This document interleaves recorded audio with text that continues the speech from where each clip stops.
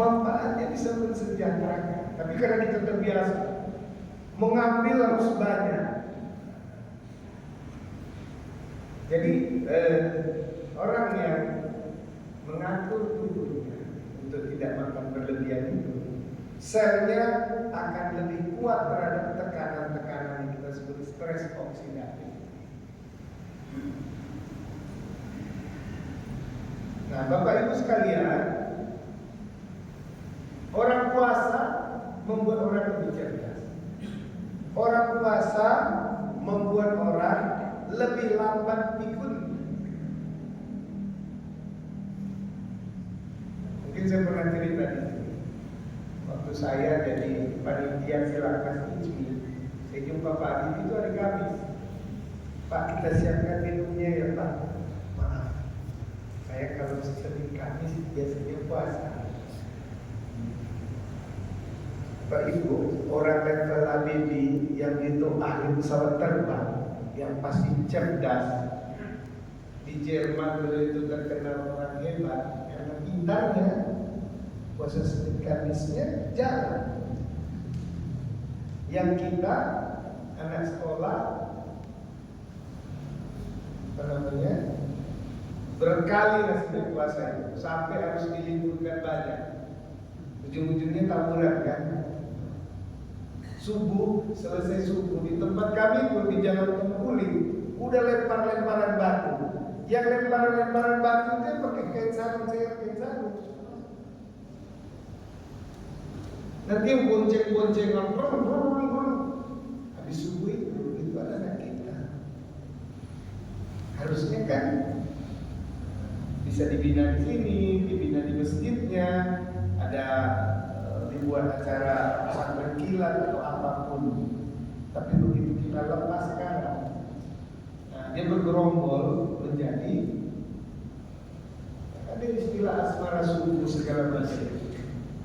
Itu kita dengar kan? Nah, jadi kita harus jaga anak kita pulang subuh bagaimana. Ini bukan. Tetapi intinya orang yang berpuasa dengan baik memproduksi protein otak yang disebut brain derived neurotrophic factor. BDNF ini membuat menjaga kesehatan neuron kita, menjaga saraf kita, sehingga tidak terjadi gangguan neurodegeneratif. Yang tadi penyakit Alzheimer, lebih cepat pikun, penyakit Parkinson, yang ada gerakan-gerakan di luar koordinasi, itu adalah gangguan-gangguan saraf yang konon beberapa penelitian, bukan konon lah ya, ini kan buktian, beberapa penelitian dengan berpuasa itu meningkat. Nanti kita buka penelitian. Ini beberapa penelitian pada hewan. Boleh minum dulu ya.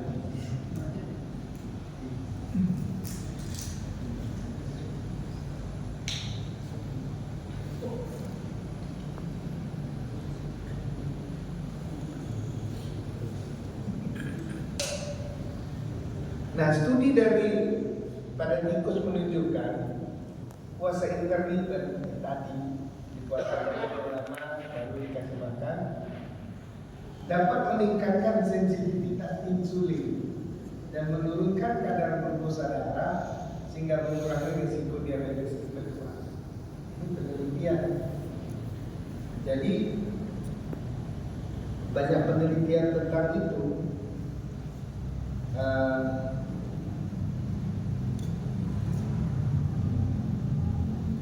Misalnya penelitian Walter Longo 2014, ya, kemudian ini perbaikan metabolisme, kemudian mendorong regenerasi sel imun baru. Orang yang menjadi tikus itu dikasih rangsangan, distreskan, dibagi 2 kelompok, satu dipuasakan, satu enggak. Ternyata lebih kuat yang dipuasakan. Begitu juga dikasihkan seperti ini, dikasih zat penyebab kanker, itu lebih tahan ya. Biasa ada puasa intermittent. banyak penelitian tentang itu ya. Marcus 2014 itu yang tadi mengurangi dan peradangan di otak merangsang berbagai sel saraf. Banyak penelitian. Ini yang perlindungan seluler ya. Jadi ada Manson ya, Rantegelo ini 2008. Puasa itu dapat melindungi sel sehat dari kerusakan DNA yang diinduksi oleh kemoterapi. Jadi sel-sel tubuh yang sehat itu memasuki kondisi bertahan hidup selama puasa sehingga lebih tahan terhadap stres lingkungan. Itu banyak penelitian ya. Nah, ada penelitian Longo dan Tanda 2016. Puasa intermiten itu meningkatkan aktivitas sel punca. Jadi sel punca itu asal daripada sel. Kalau bahasa kita mungkin putih lah. Mungkin itu yang zona, lama itu atau stem cell itu ternyata banyak sekali hal-hal yang baik pada waktu sel kita itu dikuasai ya, termasuk kemampuan regenerasi usus dan lain sebagainya.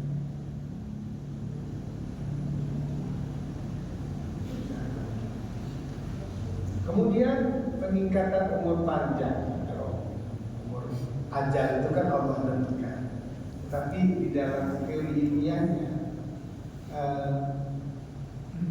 beberapa penelitian menunjukkan tikus menjalani diet berbasis puasa intermiten hidupnya lebih lama dibandingkan kelompok kontrol. Jadi dia memperlambat proses penuaan dan menurunkan stres oksidatif yang tadi.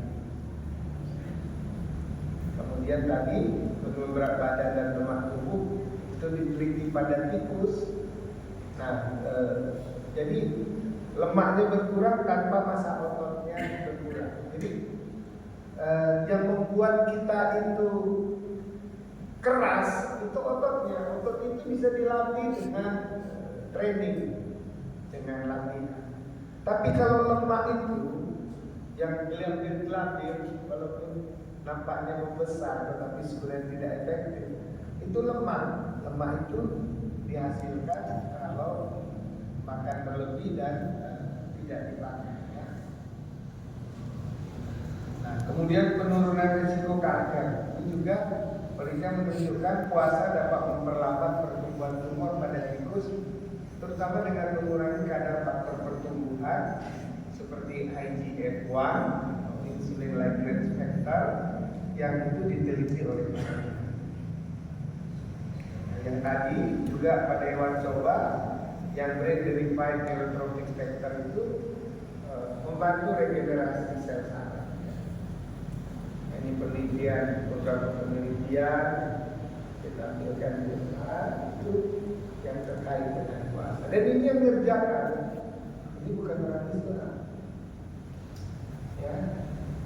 Nah, jadi memang kalau kita lakukan dengan benar, puasa itu akan membuat kita lebih baik. Ada kata-kata sumutasi itu penelitiannya memang begitu. Tapi kita jagalah cara puasanya, cara sahurnya misalnya.